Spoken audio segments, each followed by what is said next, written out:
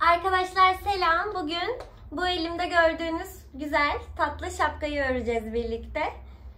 Yapımı gerçekten çok kolay. Eğer örgüye yeni bile başladıysanız bunu gayet güzel yapabilirsiniz. Ben kedi olarak tasarladım ama istediğiniz hayvanı, ayı, işte köpek vesaire işlemlerini değiştirerek yapabilirsiniz. Taktığımda da şöyle takayım. Bu şekilde gözüküyor. Şöyle bakın. Bu şekilde. Şöyle.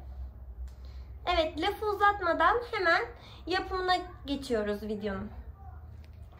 Evet arkadaşlar, normal başlangıç adımımızı uyguluyoruz. Şöyle bir önden bir arkadan düz sıra çeviriyoruz. Sayıcımızı sıfırladık, bunu unutmuyorum.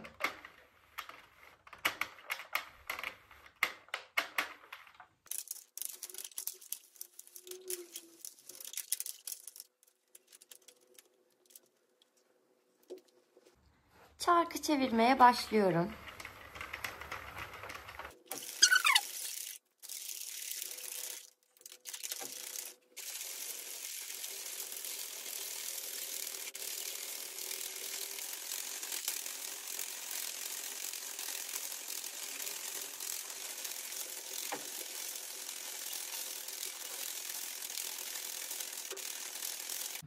Evet, tam 130 sıra oldu.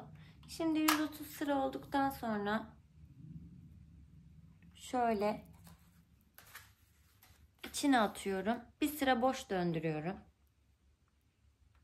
Derdim normalde böyle yapacak olsam ama hemen şöyle bir şey yapıyorum arkadaşlar. Farklı bir renk, önemli değil. Bu kullanmayacağız, bunu atacağız. Hiç önemsemediğiniz bir renk. Bunu yine içine atıyorum.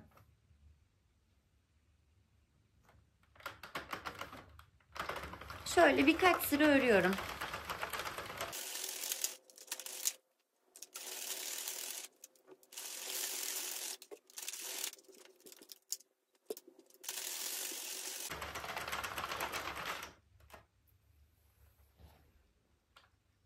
Şimdi burası hiç önemli değil. Tamamen dişlilerden ipi kurtarmak için yaptığım bir işlem. Bunu da ortaya attım. Şöyle boş iki sıra çevirdiğimde çarktan kurtarmış olacağım örgümü.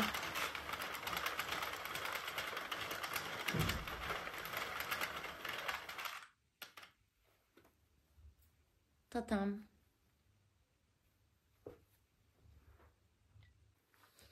Bakın örgümü tersine çevirdim.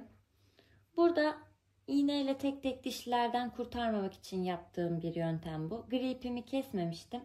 Şimdi bakın sırayla sık iğne yapıyorum ve gri ipimi sabitlemiş olacağım. Bakın battığım yerler gayet belli.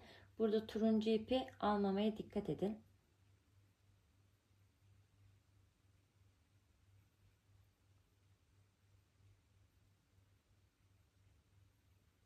Şöyle bol bırakıyorum, hafif kasma yapmasın diye.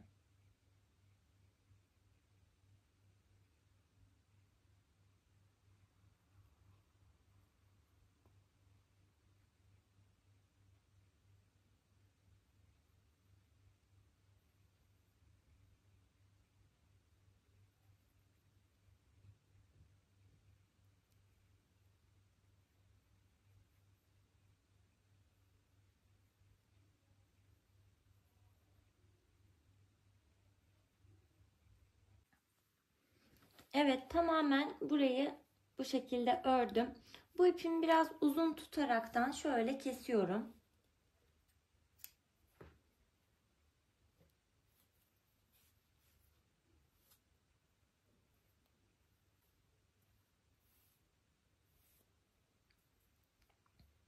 Şimdi bu ördüğüm bu ipi söktüğüm zaman burayı temizlemiş olacağım.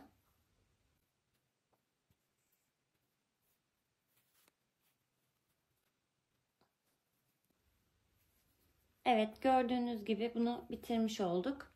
Şimdi burayı da karşılıklı ilmek kaydırma ya da sık iğne ile tamamlıyorum.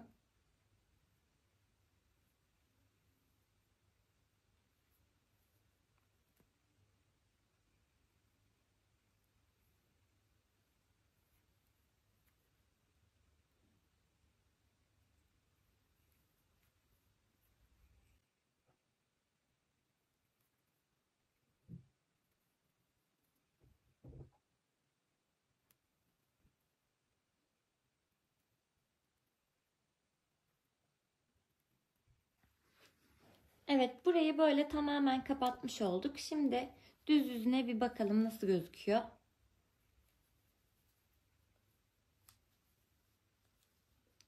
Hop, bu şekilde. Gayet güzel gözüküyor arkadaşlar. Şimdi bu ucunda, burada zaten ipimiz var gördüğünüz gibi. Diğer şapka örme yöntemlerindeki gibi şöyle sıkıyorum.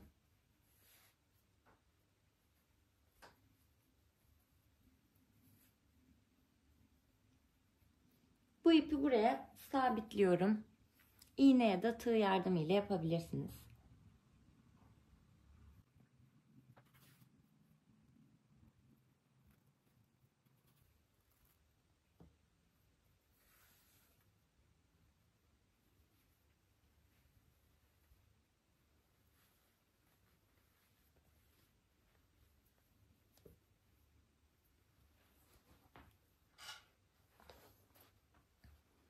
İpimin ucuna iğnemi geçiriyorum.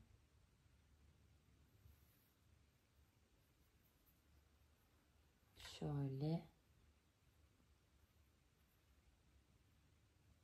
En orta noktadan çıkartıyorum.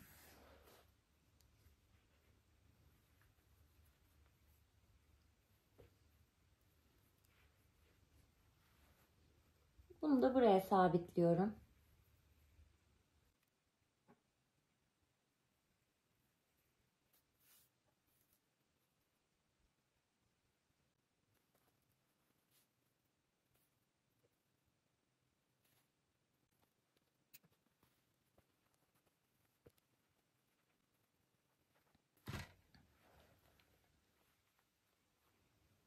Bakın arkadaşlar, kulakların olduğu yerler belli zaten.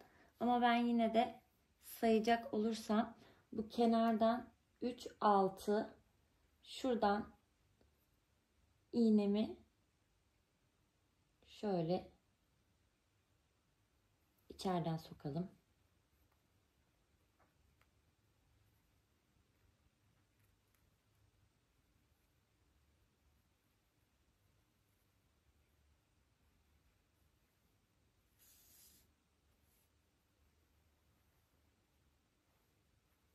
Böyle buradan şöyle dikiyorum.